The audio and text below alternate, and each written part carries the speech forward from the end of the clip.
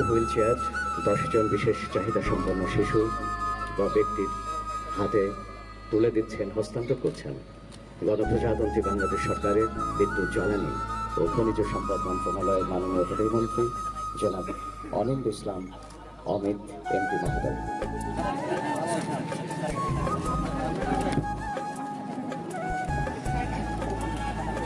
আমরা দেখছি যে একজন চাহিদা সম্পন্ন শিশুর হাতে 53,000 টাকার আর্থিক সহায়তা হস্তান্তর করছেন মাননীয় প্রতিমন্ত্রী মহোদয়।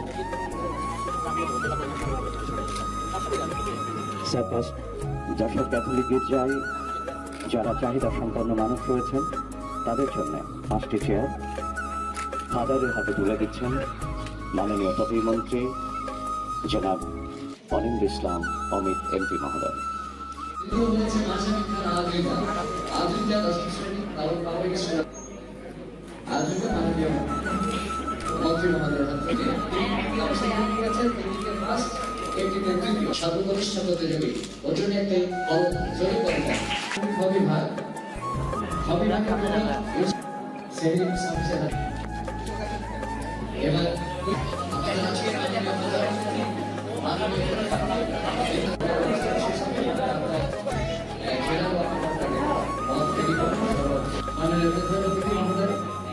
পুরস্কার বিতরণ করছেন।